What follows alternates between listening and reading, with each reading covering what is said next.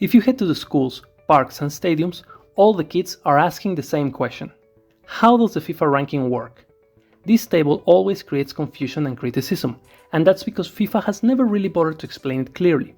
That's why, in this video, we will explain how it works, step by step and with examples. The FIFA ranking is a table of points different from what we're used to. Conventionally, if you win or draw, you get points, and if you lose, you stay the same. But here, victories will generally give you points, while defeats will take them off you. In case of a draw, you can gain or lose points.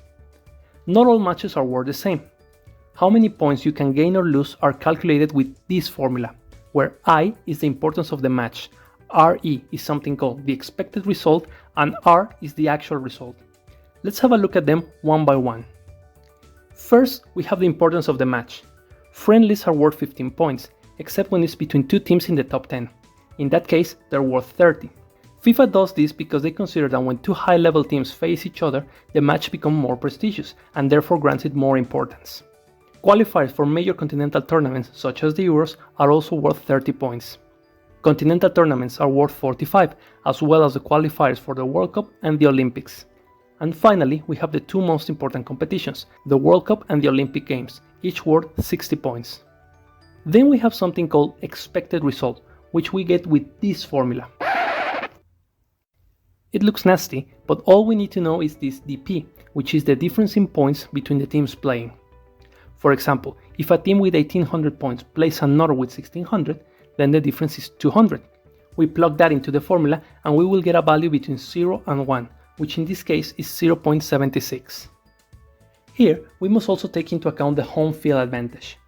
When a team plays at home, we will give them momentarily an additional 100 points. So in this example, if Team A plays at home, then they'll have 1900 points and the difference won't be 200, but 300, and that will give us a different, higher expected result.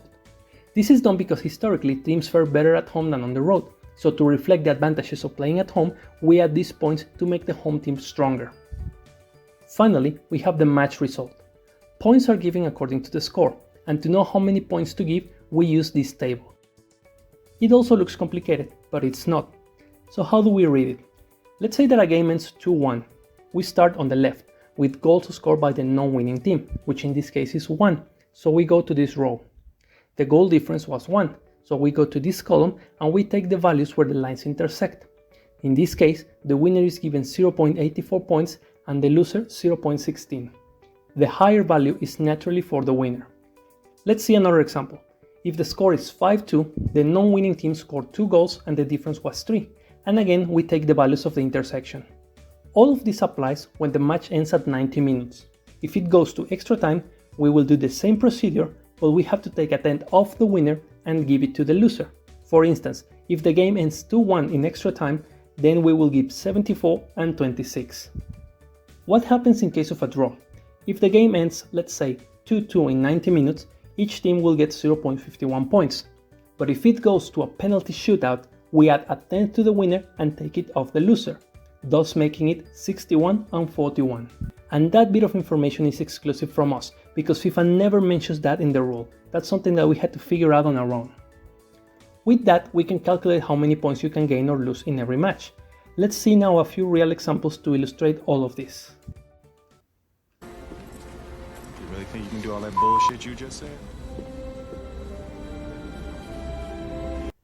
Let's take one of Mexico's most recent games, a 1-0 win over Nigeria in the Revelations Cup, a friendly tournament played in Mexico in February 2023.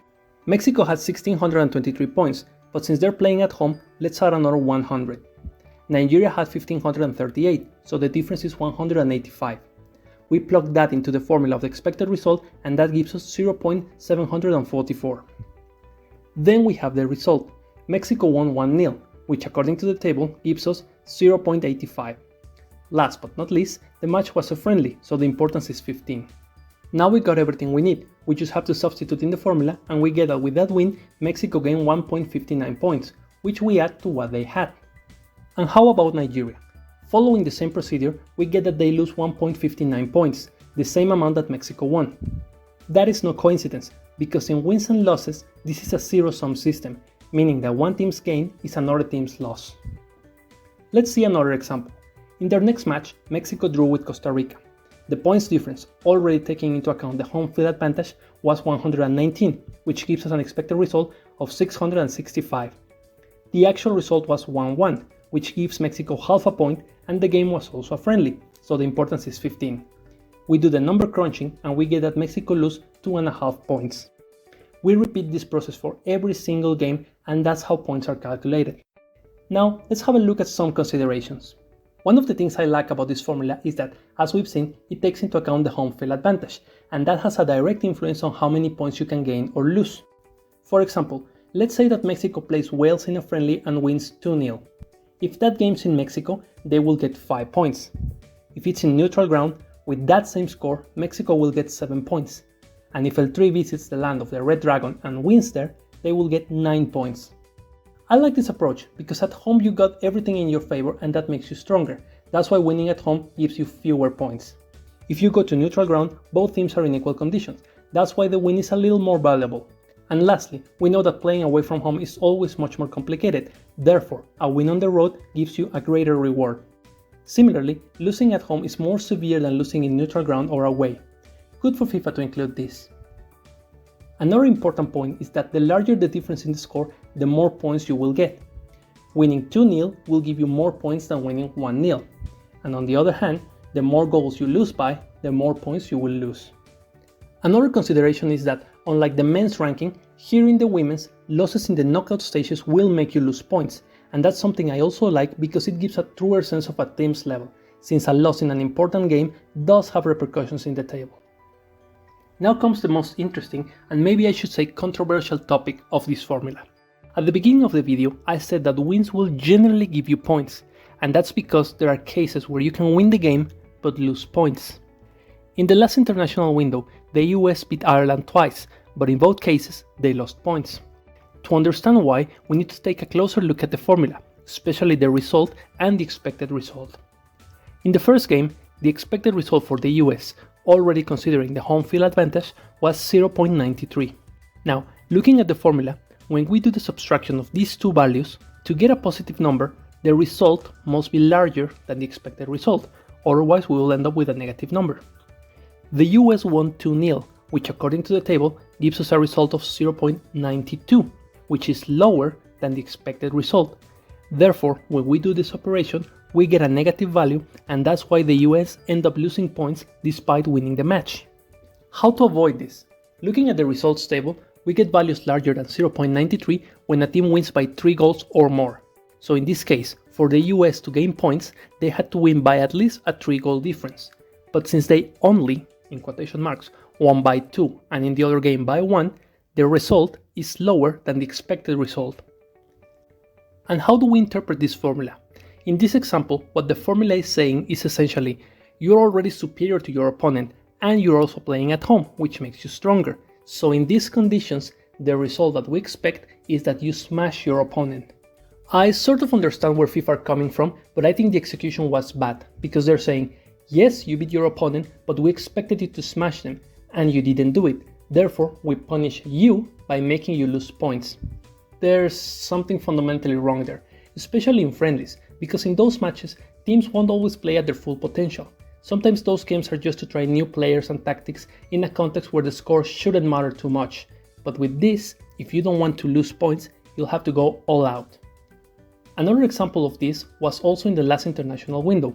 France were beating Colombia 4-2, but that score was taking points off Le Bleu. However, in stoppage time, France got their 5th goal, and with that, they gained 4/10. It is of course difficult to know where they were actually looking for that 5th goal because of the ranking, but luckily for their cause they got it and they didn't lose points. Finally, there's a much more particular case, in which even before kickoff, you know that you will lose points. At the Tokyo Olympics, the Netherlands played Zambia.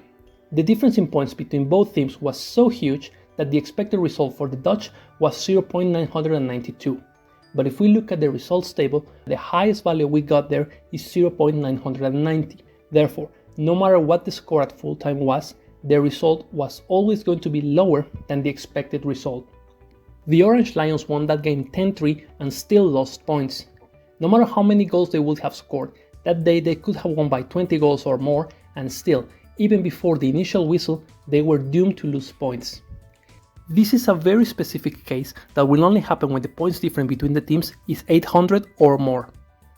Perhaps FIFA should have a look at this and do something with the formula, because it is counterintuitive that you can win a game and lose points, or even worse, know that you will lose points before the kickoff. These are the basics of the formula. If you find this video interesting and informative, we will be grateful if you share it. The World Cup is on and is causing a big shakeup in the table, and here in Cambio de Juego we will explain every movement. So subscribe and follow us on our social media and visit our website. Cheers!